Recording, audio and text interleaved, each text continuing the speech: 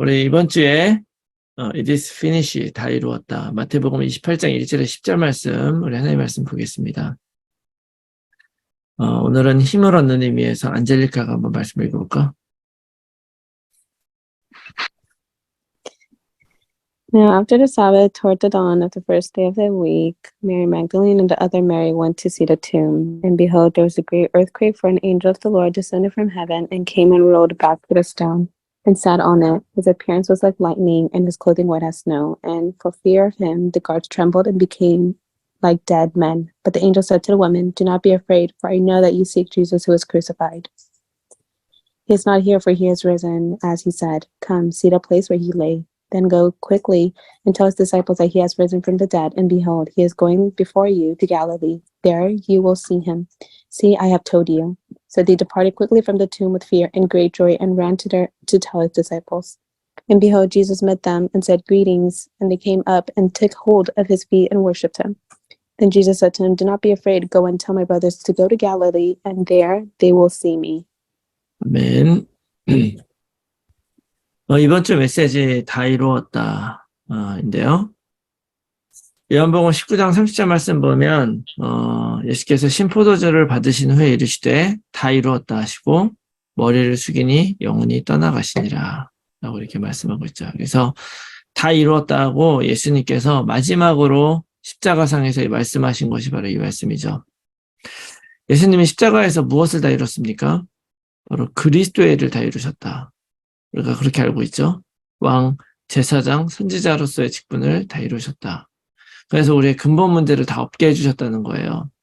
그 왕, 제사장, 선지자로 믿어야 되는 이유가 우리가 거기에 걸려있기 때문에 그런 거죠. 잡혀있기 때문에.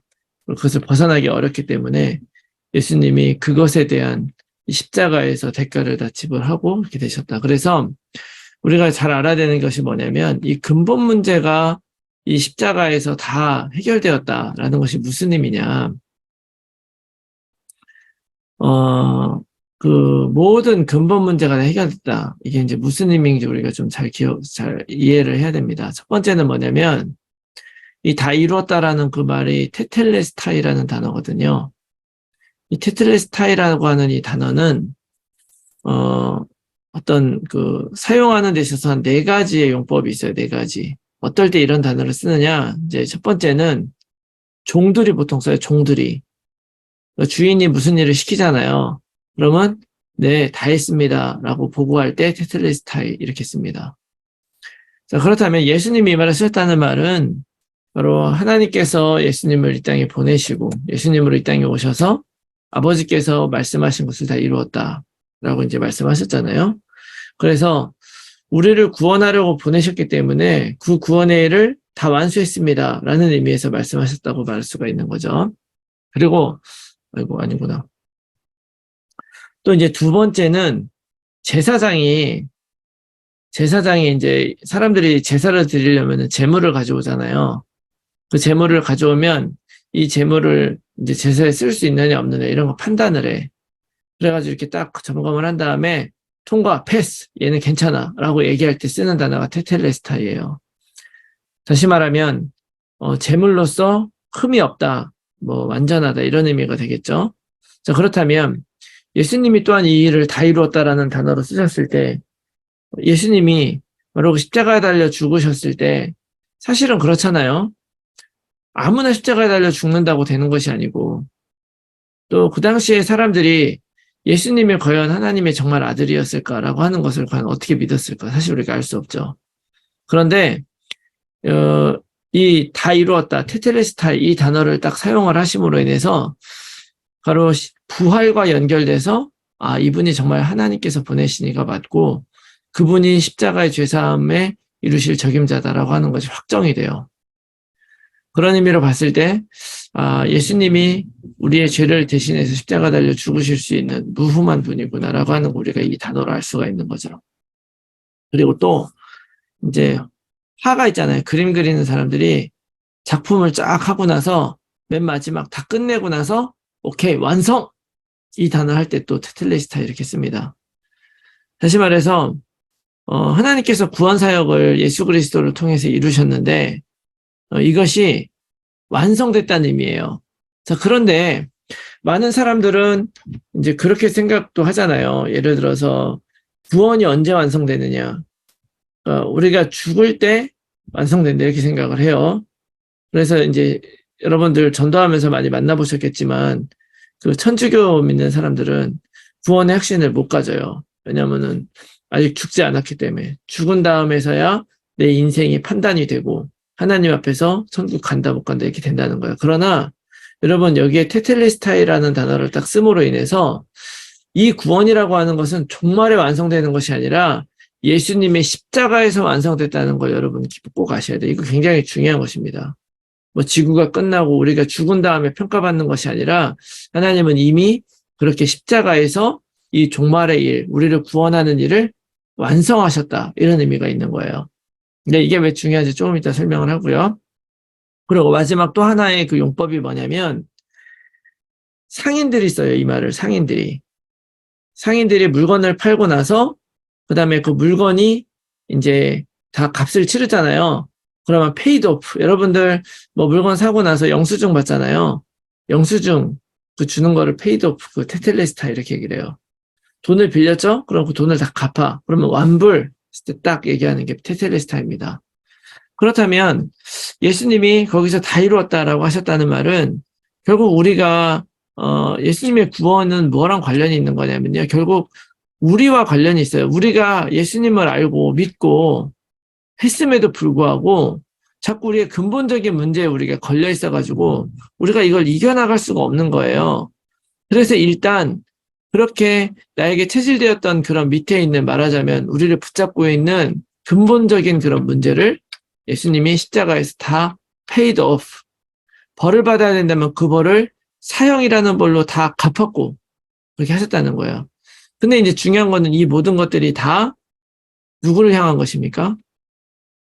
온 인류를 향하여라고 얘기를 하면 멋있기는 하지만 딱 와닿지가 않아요. 그런데 온 인류를 향해서 한 것이 아니라 바로 나를 향해서 하나님이 일하셨다. 나를 위해서. 그리고 이 근본 문제를 해결됐다라고 하는 그런 의미 속에는 또 이것이 바로 십자가를 통해서, 그래서 십자가를 통해서만 이 일이 이루어진다는 거예요. 예수님이 십자가 달려 돌아가시면서 다 이루었다고 돌아가셨잖아요. 그러니까 어떻게 보면 예수님이 우리를 구원하신 그 사건 있잖아요. 이거는 어떻게 보면 그냥 믿음으로도 그냥 믿음은 끝나는 걸 수도 있어요. 그럼 믿기만 하면 되고 실제적인 사건이 없었어도 가능할 수도 있었지만 예수님이 이 땅에 오셔서 굳이 이 십자가라고 하는 것을 꼭 지셨던 이유가 뭐냐면 그 십자가라는 것을 통해서 구원받는다는 걸 꼭 우리에게 얘기하려고 하는 거예요. 그 근본, 그렇다면 우리의 근본 문제 해결도요. 자, 믿음을 통해서 근본 문제 해결되죠? 근데 그것이 십자가를 통해서 완성되는 것이다. 여러분 이걸 기억하셔야 돼요. 십자가를 통해서 완성되는 것이기 때문에 예수님이 꼭 필요한 거고요. 예수님을 향한 믿음이 필요하고 또 우리들의 뭐 선행이나 행위로 구원받는 것이 아니라는 얘기가 바로 여기서 나오는 것입니다.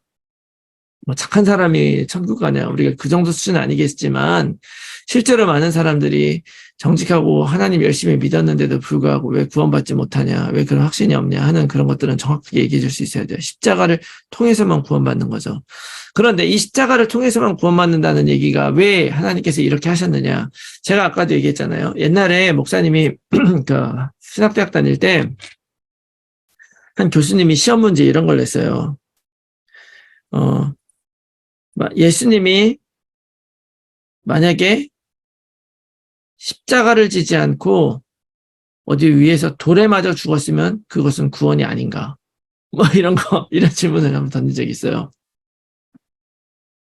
예수님의 죽음 자체가 그런 대속의 죽음이라면 뭐 길에 가다가 뭐 마차에 쳐서 죽을 수도 있고 돌에 맞아 죽을 수도 있고 막 그런데 이 십자가라는 것이 과연 특별한 의미가 있는 것이냐라는 걸 물어보려는 그런 질문이었겠죠. 여러분 우리는 당연하게 이걸 받아들이는데 당연하게 받아들일 것이 아니라 예수님이 특별히 이 그리스도의 일을 십자가에서 끝냈다고 하는 것은 굉장히 큰 의미가 있어요. 왜냐하면 제가 이렇게 썼어요. 자유의지의 역설이다. 이게 자유의지의 역설이죠. 어떻게 보면 이 역설이라는 거는 보세요. 하나님은 전지전능하신 분이잖아요. 근데 전지전능하신 분이기 때문에 사실은 뭐 굳이 이렇게까지 안 하셔도요. 말 그대로 전지전능이라는 말 안에는 우리의 그런 어떤 아무런 노력이나 이런 거 상관없이 그냥 절대적으로 구원해주고 실제로 우리들의 삶도 막 마음대로 살고 다 막 하게끔 다 조정하실 수 있겠지. 실제로 전지전능이라고 하면 세상적인 개념에서는 그런 걸 의미하는데 하나님이 우리를 창조할 때 하나님의 의지를 가지고 어떻게 창조했냐면 하나님의 형상으로 창조했잖아요. 그 하나님의 형상으로 창조되고 영신 하나님과 함께 창조됐다는 말은 우리에게 그런 자유의지를 주셨다는 말이거든요. 그렇기 때문에 그 자유의지를 주시고 그 자유의지를 가지고 하나님을 선택하라고 하나님은 우리를 만드시고 그렇게 하신 거예요. 그렇기 때문에 하나님은 이런 우리들의 구원을 그냥 하나님의 절대적인 그런 어떤 강제로 하는 것이 아니라 우리들에게 이 길을 열어주고 오게 만드시는 거예요. 자, 무슨 얘기인지 아십니까? 예, 우리가 구원받아야 되잖아요. 근데 하나님을 떠나. 그런데 하나님은 그냥 구원받게 해주고 이렇게 살게 해주면 되는데 그렇게 하지 않고 하나님은 처음부터 계속 우리들이 올 수 있는 길을 열어줬어요. 우리가 그것을 자유의지를 주셨기 때문에 그걸 가지고 붙잡고 하나님께로 가기만 하면 될 수 있도록 하나님이 열어주셨단 말이죠. 그러니까 이거를 잘못 이해하면 우리가 자꾸 하나님 앞에 죄를 짓고 자꾸 하나님 앞에 잘못되게 가도록 이렇게 하나님이 만드시는 것 같지만 정반대예요. 하나님은 우리를 계속 구원하시려고 하고 그 길을 십자가를 통해서 다 만들어 놓으시고 그 다음에 우리가 그것을 붙잡기만 바라신다. 여러분 이걸 기억하셔야 됩니다. 그래서 에덴 동산에는 그 일을 이루시려고 뭐를 주신 거예요? 선악과를 만들어 놓으신 거죠. 그 무엇이 옳은 건지 모를 때 하나님이 무엇을 원하시는지 하나님이 어떤 분인지 내 안에 어떤 분인지를 알게 하려고 선악과를 만들어 놓고 그걸 통해서 하나님을 알게 하셨고 구약 시대에는 무엇을 주신 것입니까? 피제사라는 걸 주신 거예요. 피제사나 율법 이런 것들. 그걸 통해서 하나님과의 관계를 누리고 근본적인 문제를 뛰어넘으라고. 그리고 신약에 와서는 무엇을 주신 것입니까? 바로 십자가를 주신 거죠. 그 십자가를 통해서 우리가 나의 모든 과거 것들을 다 끝내고 다시 새롭게 살아갈 수 있도록 이 모든 것들이 상징하는 것이 뭡니까? 선악과 피제사, 십자가 이 모든 것들이 상징하는 것이 바로 그리스도예요. 그 그리스도 우리의 모든 근본 문제를 해결하고 구원하시려고 하는. 그래서 어떻게 보면 이 구원의 필요 조건이 무엇이냐. 이게 구원의 필요 조건 정말 제일 중요한 건 뭐냐면 하나님의 선택이죠. 그러니까 아무리 이게 조건이라 그래서 이거 오해하시면 안 돼요. 이거는 내가 조건을 채우고 하면 나의 행위로 나의 의지로 구원받는다는 것이 아니고 하나님께서 우리에게 구원이라고 하는 걸 베풀어 놓으시고 그걸 올 수 있게 해줬어요. 그러면 자 그것을 예를 들어서 어떤 산을 올라가는 방법이라고 친다면 바로 가이드가 있는 거죠. 그러면 그 정상을 우리에게 누구나 올라갈 수 있도록 문이 열려 있는데 어떻게 하면 그 정상에 올라갈 수 있느냐? 어떻게 하면 그 구원을 우리가 받아 누릴 수 있느냐? 첫 번째, 하나님이 선택한 사람에게만 이것이 가능해요. 자, 이 말은 무슨 얘기냐면 그렇다면 나는 선택받았냐 안 받았냐 이걸 하라는 얘기가 아니고 이 말씀을 듣는 우리는 이미 선택받았기 때문에 이 말씀을 들은 거예요. 그리고 이 선택받았다는 것은 실제로 우리가 점치는 것처럼 이게 진짜 기냐 아니냐 이런 거 확인하려고 하는 그런 것이 아니라 우리는 사실은 예수님을 믿으려고 한 것도 아니고 그랬는데 어떻게 보니까 하나님 예수님 믿는 그리스도를 믿는 이 복음을 참 믿는 그런 가문에 태어나게 됐고 아니면 태어나지 않았더라도 내가 믿으려고 한 것도 아닌데 어떤 사건과 그런 만남을 통해서 이 복음을 듣게 된 거예요. 그리고 들었을 뿐만이 아니라 그것이 내 안에 딱 들어와 담기게 된 것을 나중에 지나고 나서 보니까 이거는 나의 노력이나 계획이 아니라 하나님이 이렇게 만들어주셨구나 우리가 깨닫게 되는 거죠. 그런 의미에서 우리는 이미 바로 하나님의 선택을 받은 사람이다 이렇게 말을 할 수가 있고요. 또 하나 중요한 것은 뭐냐면 그 다음에 우리가 믿는 것이 중요해요. 그래서 여러분 이 믿음은요 시작이 되게 우리에게 시작이 있는데 그 시작이 바로 뭐냐면 예수 그리스도를 내 마음속에 영접하는 거예요. 이 영접이 너무너무 중요하죠. 왜냐하면 그 영접을 통해서 내 길이 새롭게 열리는 거예요. 여러분 우리 이번 주에 우리 세례식 했잖아요. 그런데 세례식의 원래 참된 의미가 뭔지 아십니까? 예수님도 세례를 받고 공생애를 시작을 했잖아요. 근데 그 예수님이 받으신 세례가 그 다른 사람들은 사실은 세례 요한이 주는 그런 죄를 씻는 세례였거든요. 죄를 씻는 세례. 그거는 인더 갈릴리 이렇게 표현되어 있어요. 성경에 보면 인더 갈릴리는 물속에 들어가서 허리를 반쯤 담그고서 죄를 씻는 세례를 준 거예요. 이렇게. 그런데 예수님이 받으신 세례는 인투 더 갈릴리라고 써 있습니다. 물론 뉘앙스에 좀 다를 수 있지만 원어적인 뉘앙스는 뭐냐면요. 물속에 완전 들어갔다는 의미예요. 근데 물속에 완전 들어가는 것은 뭐를 상징하는 것입니까? 뱃살려고 들어간 게 아니거든요. 물을 씻는 건 씻는다는 의미가 있지만 물속에 들어가는 거는 뱃을 씻으려고 들어가는 게 아니라 죽는다는 걸 의미하는 거예요. 완전히 죽었다가 다시 올라왔을 때 하늘로부터 소리가 있었잖아요. 이는 내 사랑하는 자라 내가 너를 기뻐하노라. 이렇게 하늘로부터 성령님 비둘기 같은 성령이 내리면서 그런 음성이 들렸다고 성경에 기록하고 있잖아요. 이게 무슨 얘기냐면 결국 이 세례도요. 우리가 죽었다가 다시 살아나는 내 인생에 하나님을 몰랐다가 다시 살아나는 그 순간이 있는 거 그것이 내 구원의 시작이다. 그래서 그것이 우리에게 필요한 거죠. 그래서 내가 분명히 이전과는 다른 길을 확실하게 걷는 그런 이정표가 확실하게 있는 거예요.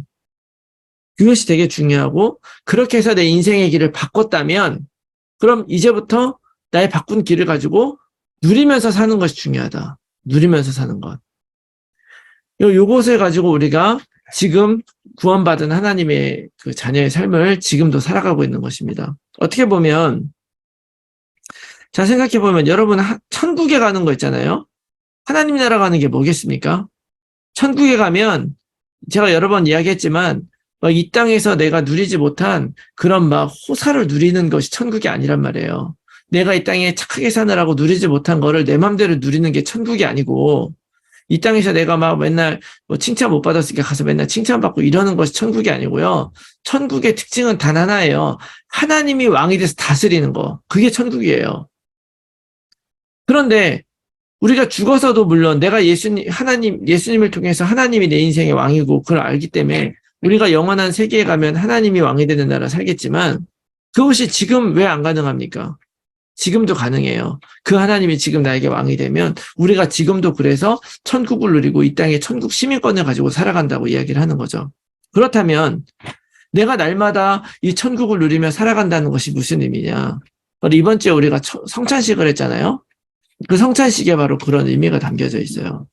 성찬식 굉장히 중요한데 왜 성찬이냐? 왜 성찬식이냐?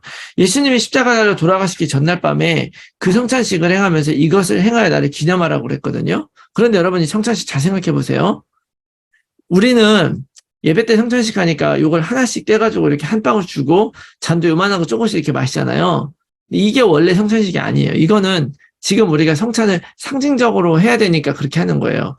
옛날 성찬식, 원래 초대교회에서 했던 성찬식은 진짜 밥 먹는 거예요. 만찬. 진짜로 같이 모여서 밥을 먹는 거예요. 그런데 봐요. 왜 성찬식으로 이렇게 예수님이 말씀하셨냐면 안 먹으면 죽잖아요, 사람은. 안 먹으면 죽어요. 그런데 그 먹는 음식을 우리가 아무리 어떤 일이 있어도, 지금 아무리 내가 몸에 병이 걸리고 아무리 괴로운 일이 있어도 우리가 절대로 안 할 수 없는 것이 바로 뭐냐면 먹는 거 안 할 수 없죠. 안 먹으면 죽으니까. 그리고 물 안 마시면 죽잖아요. 왜냐면 그거 안 먹으면 죽으니까. 그래서 성찬식이라는 걸 해서 이걸 행해서 나를 기념하라고 한 거예요. 이거는 단지 어떤 의식을 얘기하는 게 아니라 잘 생각해 보세요. 음식으로 먹는 그 음식이 뭐라 그래요? 예수님의 몸이다. 여러분, 음식은 우리 몸에 들어가면 어떻게 됩니까? 그게 에너지가 되고 생명이 돼요. 내 안에 소화가 돼서 그것이 내 세포 곳곳으로 들어가서 살게 만들어주는 거예요. 그런데 기억하라는 거예요. 그걸 먹을 때마다 내가 먹는 것은 양식이 아니라 예수님의 몸이다. 예수님의 몸을 먹는다는 게 뭡니까? 십자가 달려 죽으심을 상징하는 거예요. 그분이 죽으셨기 때문에 그것이 나의 생명이 된다. 그 다음에 그 잔을 나누고 그것을 마시면서 이것은 너와 맺은 언약이다 말씀하시는 것이 무슨 얘기입니까? 그는 바로 마심의 의미가 뭐냐면 이 물이 예전에는 그곳은 이렇게 물이 풍부한 곳이 아니라서 바로 그 포도주가 상징하는 것이 바로 음료예요, 음료. 술을 마신 것이 아니에요. 우리가 친구들하고 오늘 기분 좋은데 맥주 한 잔 마실까 하는 그런 식으로 포도주를 마신 게 아니라 우리가 식당에 가면 물을 마시는 것처럼 포도주를 마시는 거예요. 왜냐하면 거긴 포도가 많이 나고 그것이 음료처럼 마신 거니까. 그렇다면 그건 뭡니까? 우리 몸에 수분을 먹지 않으면 생명이 유지가 되지 않아요. 그런데 거기에서 예수님의 피가 상징하는 게 뭐라 그랬어요? 생명이잖아요. 그것이 내 안에 들어가서 그것이 내 생명을 유지해 주는데 그게 뭐라 그래요? 내가 너와 맺은 언약이고 반드시 천국에서 이루어질 언약이다. 결국 내 인생의 생명이 유지되는 것은 무엇으로 유지되는 것입니까? 예수님의 몸, 죽으심과 그 예수님의 언약, 그것으로 내 생명이 유지된다. 우리는 육신의 삶을 살고 있지만 그 육신의 삶을 먹으면서도 꼭 기억하라는 거예요. 사실은 진짜 우리가 사는 것은 떡으로 사는 것이 아니라 하나님의 말씀으로 사는 것이다. 여러분, 그래서 그 성찬식을 하면서 오늘날 예배가 시작이 된 거예요. 생각해봐요. 초대교회가 모여가지고 예배 드리는 거 어떻게 하라겠어요? 예수님이 뭐 예배 드리라고 말한 거 있나? 없죠? 처음부터 예배를 어떻게 드린 게 아니라 예수님이 십자가 달려 돌아가시기 전에 이걸 하라 그랬잖아요. 그래가지고 제자들이 처음에는 예수님이 십자가 달려 죽으시니까 다 도망갔잖아요. 딱 도망갔는데 예수님이 부활하신 걸 알게 된 거야. 그래가지고 다시 모였어요. 다시 모여서 자 이제 뭐 할까? 그러니까 예수님이 이걸 기념하라고 그랬으니까 그때부터 모일 때마다 성찬식을 한 거예요. 근데 이제 문제가 뭐냐면 성찬식을 하다 보니까 이것은 예수님의 몸입니다 하고 먹고 이것은 예수님의 피입니다 하고 먹어. 근데 그 피라고 하고 먹는 것이 실제로 빨개. 이러니까 사람들이 오해를 했어요. 이건 실제로 웃긴 얘기 하는 게 아니라 1세기에 그 역사가들이 많이 지어놓은 게 뭐냐. 이 초대교회 이교도이들은 자기들이 먹을 때마다 어떤 살과 피를 먹는다 그러는데 이들은 식인 습관이 있다. 이런 얘기를 막 써놓은 사람들이 있었어요.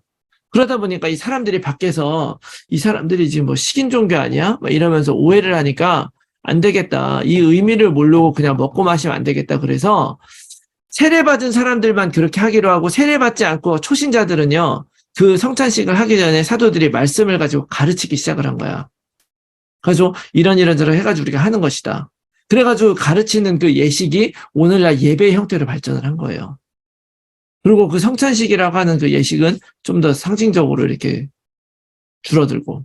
그리고 사도행전의 6장에 보면 여러분 아시다시피 뭐 그 사도들이 그 구제하는 일에 막 빠지다 보니까 나중에 뭐 헬라파 가부들, 유대파 가부들이 서로 뭐 누가 뭐 구제에 빠져가지고 7집사를 뽑는 일이 생기잖아요.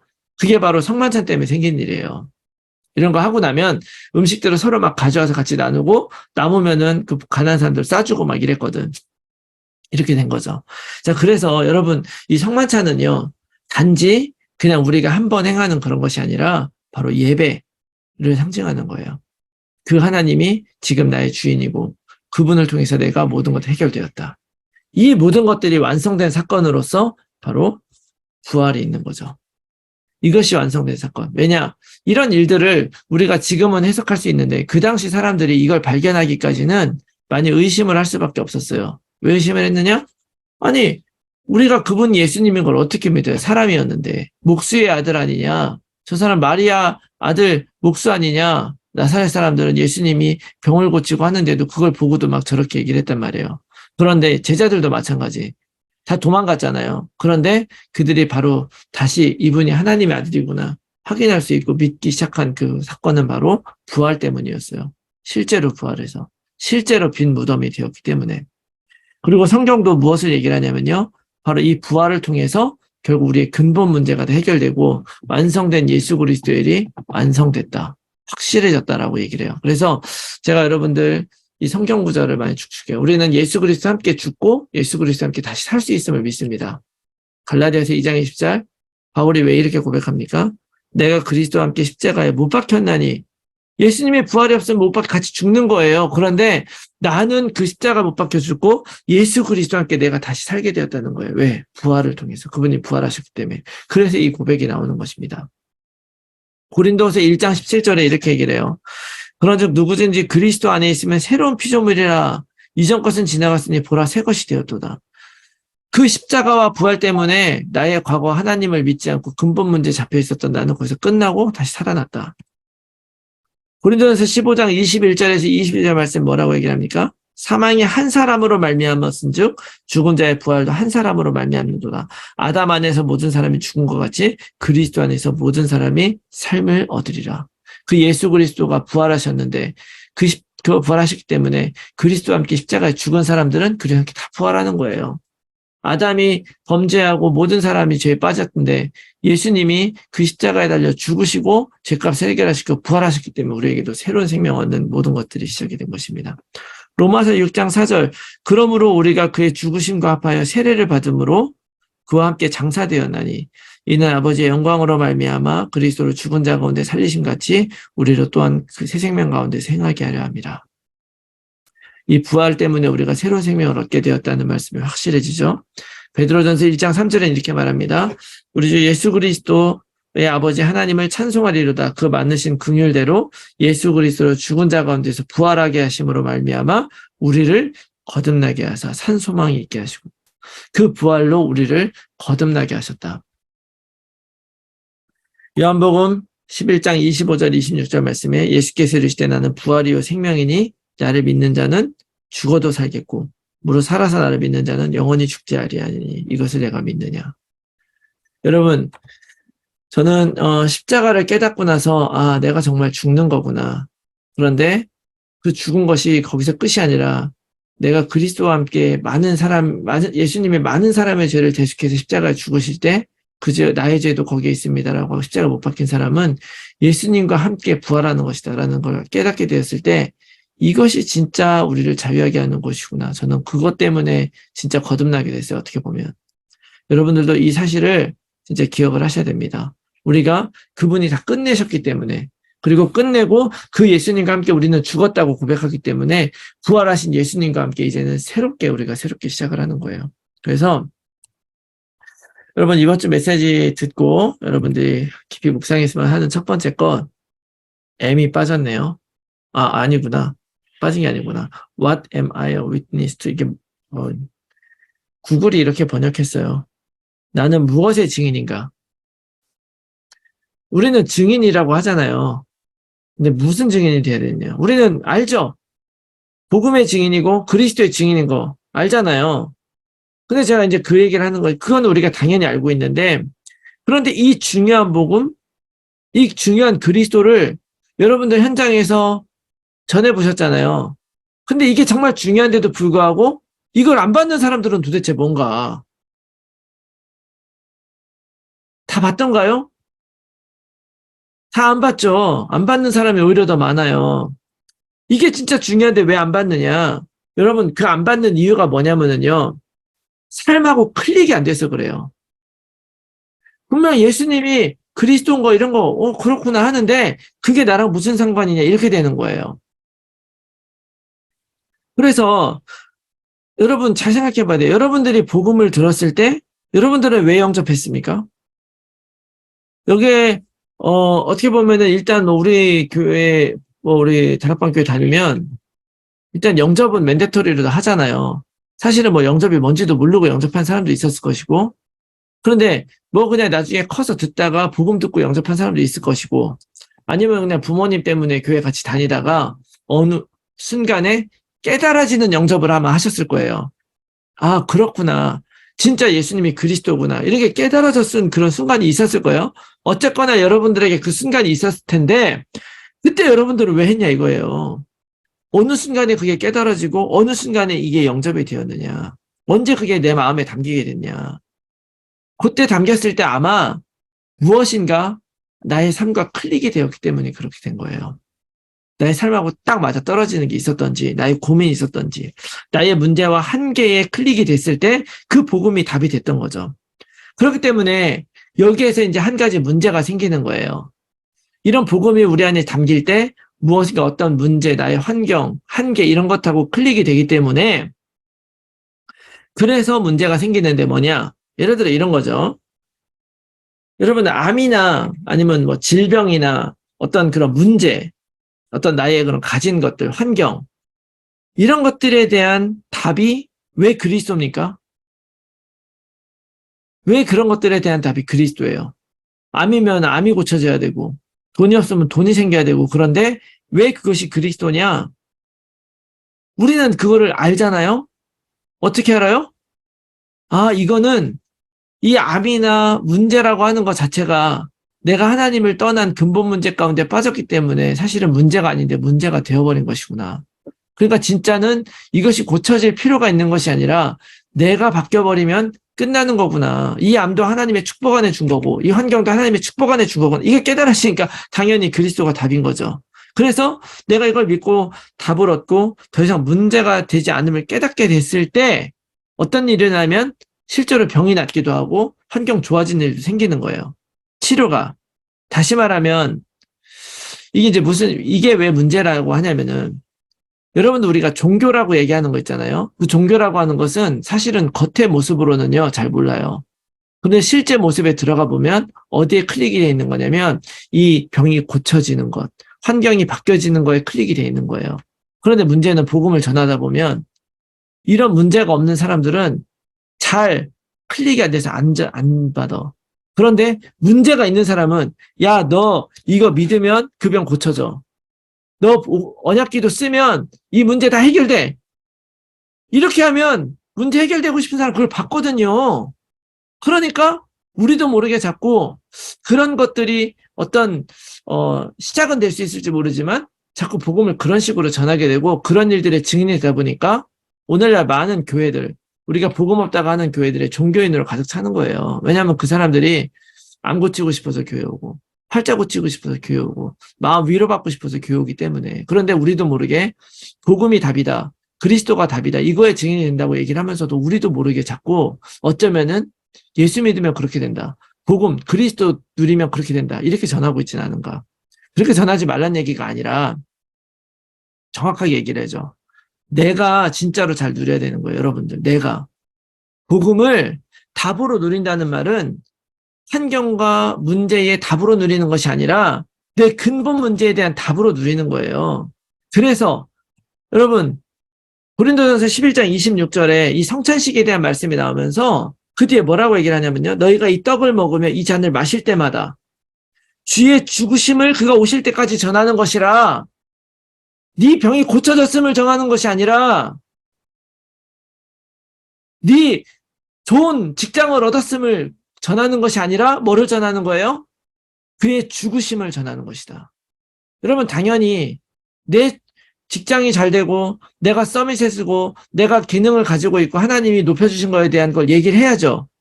그러나 거기에서 시작을 해서 그것이 문제가 아니라 그렇지 않아도 나에게 문제가 되지 않는다. 왜? 내가 만난 그리스도는 바로 이런 것이었으니까. 왜 예수님이 나를 위해 부활하셨는가? 여러분들 이 부활하시고 우리는 완전 새로운 피조물로 살고 있는 거예요. 내가 바뀌는 거잖아요. 그러므로 여러분들 오늘 이 말씀은 여러분들이 무엇의 증인이 되어야 되는가? 몰라서 얘기를 하는 것이 아니라 우리는 알고 있어요. 그러나 우리가 전해야 되는 포인트는 정확하게 알아야 된다. 이 모든 것들 저는 내 예수님 믿고 진짜 어떤 면에서 되게 이 복음 안에 들어와서 제가 정말 좋았던 메시지 중에 하나가 지금도 기억나는 게 사람들은 예수를 믿으면 모든 것이 잘 될 줄 알지만 예수를 믿고 그 다음날 죽어도 상관없다. 이렇게 되는 게 너무 좋았다는 거예요. 그렇게 돼야 된다는 거예요. 암 걸린 사람이 예수 믿고 암을 고쳐져서 괜찮은 게 아니라 내가 암걸 걸렸는데 내가 예수님을 영접하게 돼서 그 다음날 죽어도 상관없다. 이게 복음이라는 거죠. 왜? 암이 상관없는 인생이 되니까. 여러분 진짜 우리가 이렇게 돼야 돼요. 근데 우리도 모르게 자꾸 우리도 잘못된 거 생각하면 그래도 복음 잡고 나서 암 또 고쳐주면 좋지 않을까 이렇게 생각한다는 거죠. 그러다 보면 결국 우리도 모르게 엉뚱한 것에 증인이 되는 거예요. 예수님은 우리를 위해 달려 죽으시고 우리를 바꿔주셨는데 자꾸 우리는 십자가를 전하고 죽으심을 전하는 게 아니라 편리하고 좋은 것을 전해요. 왜? 그래야 사람들이 잘 영접하니까. 그렇게 영접한 사람이 실제로 많이 남아있습니까? 그렇지 않죠. 그래서 여러분들은 진짜 요 사람들 남길 수 있도록 여러분들이 먼저 정확하게 누리는 사람들이 됐으면 좋겠어요. 이 부활의 시즌에 한 가지 더 깊이 좀 생각하고 싶은 것은 망대의 사명 얘기했잖아요. 망대의 사명. 제가 다다음 주에 강단 메시지를 전하게 돼서 목사님이 그때 선교대에 가신 주에 제가 그때 이 망대에 대한 얘기를 좀 깊이 많이 하려고 하는데, 여러분, 처음에 유 목사님이 파수망대 이렇게 얘기를 하다가 요즘에 파수망대에서 파수를 빼고 망대라는 말만 쓰시잖아요. 이게 저는 의미가 있다고 봐요. 그러니까 망대의 역할은 원래 두 가지예요. 그러니까 근본적인 망대를 세우는 이유는 멀리 보려고 세우는 거예요. 제일 높은 곳에. 지금처럼 뭐 고층 빌딩이 없었으니까. 근데 원래 멀리 보는 거는 경치를 보려고 관광하려고 보는 경우가 있잖아요. 근데 이제 그런 망대는 아니잖아요. 옛날의 망대는 경치 보려고 관광을 위해 세운 게 아니라 적들이 쳐들어오는 거 빨리 발견하려고 한 거예요. 그게 파수망대예요. 와치타워. 이게 여호와 중에 먼저 썼기 때문에 또 안 쓴 이유도 있으셨겠지만, 그러나 중요한 것은 뭐냐면 이 파수망대를 망대라고 바꿨을 때에는 멀리 보는데 적들이 쳐들어온 것도 봐야 되지만, 그러나 우리가 그 망대에서 실제로 복음 없어서 죽어가는 사람들도 찾고 발견해야 된다는 의미죠. 그런 의미에서 파수망대를 그냥 망대로 바꿨다고 봐요. 멀리 보는데 적들이 오는 것도 봐야 되고, 또 이 복음이 필요한 것도 봐야 되고, 안테나, 망대, 응? 이게 거기 나오는 거잖아. 내 인생이 플랫폼이 되고, 그 다음에 망대의 인생을 산다는 것은 내 인생 플랫폼이 된 인생이 어떻게 사람들에게 전달될 수 있느냐 하는 그런 망대 역할을 하라는 건데, 이게 다락방이랑 사실 똑같아요. 예전에 유 목사님이 무슨 얘기 하셨냐면, 의사로 치면 사람들이 아프면은 연락받아가지고 그 사람이 이제 출장을 갈 수 있다는 거예요. 출장 가가지고 이제 고쳐줄 수 있는데, 그렇게 하면 그 사람만 고칠 수 있다는 거죠. 그리고 의사 전화번호 모르는 사람은 못 고친대. 그런데 그걸 고치질 않고 차라리 병원을 하나 딱 세워가지고 거기에다 의원을 세워놓으면, 그리고 여기에서 고칩니다라고 얘기를 해놓으면 사람들이 내가 찾지 않아도 사람들이 자기가 필요하면 거기를 온다는 거예요. 다락방은 그래서 시간과 장소를 정해서 하는 게 중요하다. 이런 얘기를 했어요. 그리고 거기에 여러분들도 만약에 복음이 필요한 사람 데려오면 여기서 복음을 전하고 다 나눌 수가 있잖아요. 그러니까 망대가 바로 그런 의미인 거죠. 망대를 거기다 딱 세워놓고 사람들이 그 망대를 보고 올 수도 있고, 그 망대를 통해서 사람들에게 필요한 걸 내가 전달해 줄 수도 있는 그런 건데, 정말 망대라면 그 망대 일을 해야 되는데요. 그 망대가 뭐 해야 되느냐? 보고 찾아가서 전달해야 되죠. 그 멀리서 사람들이 뭐가 필요한지 그걸 보면 뭐랍니까? 보는 데 목적이 있는 거예요? 아니죠. 그걸 보고 나서 그 사람에게 내가 플랫폼이 되는 인생에 대해서 전달해야 된다는 얘기잖아요. 메시지를 전달 안 하면 그게 뭐 보고만 있으면 발견하는 게 무슨 의미가 있어요. 뿐만 아니라 위기가 찾아오면은 위기가 찾아왔다는 것을 제일 먼저 발견하고 가서 이야기해줘야죠. 이야기 안 해주면, 전달이 안 되면 망대만 있으면 뭐래요. 파수꾼이 중요하지. 그 망대의 인생에서 전달하는 게 중요하고, 또 우리가 망대에서 사람들의 그 성 안에 있는 사람들을 본다고 봐요. 그 사람들은 성 안에 있으니까 지금 내 앞에 있는 것만 보니까 앞으로 어떤 일이 어떻게 될지 알 수가 없어요. 그런데 우리는 복음을 알고 망대와 같은 인생을 사니까 지금 당장 어려운 일이 있어도 그게 끝이 아니라 지금 저쪽에서는 하나님의 축복이 오고 있다라고 얘기해 줄 수 있잖아요. 이것도 전달이지. 이 전달을 해주지 않으면 내가 망대로 사는 게 무슨 의미가 있습니까? 이 모든 역할들의 가장 핵심은 뭐냐면 사실은 전달을 했다고 봐요, 저는. 많은 것을 보고 또 위험을 보고 그 다음에 그 사람들에게 필요한 것들을 전달해 주는 거예요. 전달해 주는 것. 이것이 사명이다. 나의 삶이 망대가 될 수 있는 그런 사명. 오늘 우리가 담임 목사님께서 마태복음 28장 1절에서 10절 말씀을 부활절이기 때문에 선택을 하셨는데, 사실은 이게 굉장히 재미있는 장입니다. 여러분들 맨날 우리는 마태복음 28장 16절에서 20절만 봤잖아요. 그런데 예수님이 십자가 달려 부활하신 다음에요, 마태복음 28장 1절에서 10절까지는 그 예수님의 몸에 향품을 바르러 간 여자들의 이야기를 적어요. 근데 그 여자들은 예수님이 부활하신 걸 딱 발견하고 나서 어떡합니까? 가다가 천사들도 만나고 나중에 예수님도 만나서 뭐라 그러냐면 가서 이 사실을 빨리 제자들에게 알려라. 이렇게 얘기하죠. 그런데 11절에서 15절에는요. 그 여인들과 함께 그 예수님의 부활의 현장을 발견한 사람 또 있어요. 누굽니까? 경비병들, 군인들. 근데 그 군인들은요. 거기에 가서 뭐를 하냐면 그 예수님이 부활하신 것을 발견하고 가서 거기는 대제사장들과 사람들과 함께 상의하면서 이걸 어떻게 숨길까? 어떻게 거짓말할까? 이걸 논의해요. 가가지고 똑같은 부활을 맞이하면서 그것을 전달해야 되는 사명이 있는 사람이 있는가 하면 그거를 야 이거 사람들이 누가 뭘 훔쳐갔다고 거짓말처럼 이런 소문을 퍼뜨려라. 이렇게 말하는 장면이 나와요. 그게 11절에 15절이에요. 그런데 16절에서 20절에는 뭐라 그러냐. 예수님이 이제 직접 나타나서 얘기하죠. 이런 사람도 있고 저런 사람도 있는데 내가 하늘과 땅의 모든 권세를 내가 너에게 주니까 너희는 가서 모든 민족을 제자로 삼아 아버지 아들과 성령의 이름으로 세례를 주고 내가 너희에게 분부한 것을 가르쳐 지키게 하라. 볼지어다 내가 세상 끝날까지 너희 항상 함께 있으리라 라고 하면서 28장이 끝나는 거예요. 우리들은 어떤 부류의 인간이 될 것인가? 망대의 삶을 산다는 것은 결국 우리를 통해서 예수 그리스도가 십자가 달려 죽으시고 부활하심으로 완전한 그리스도가 되셨다라고 하는 것을 전달하는 인생이라고 믿습니다. 그래서 여러분들 우리는 망대의 인생 정말 이런 메시지가 나왔을 때 그걸 받아들이고 살아야 돼요. 그러기 위해서 진짜 사람들의 문제를 보고 그 문제에 대해서 정확한 것을 증언할 수 있는 그런 사람들이 여러분들이 다 되셨으면 좋겠습니다. 아멘.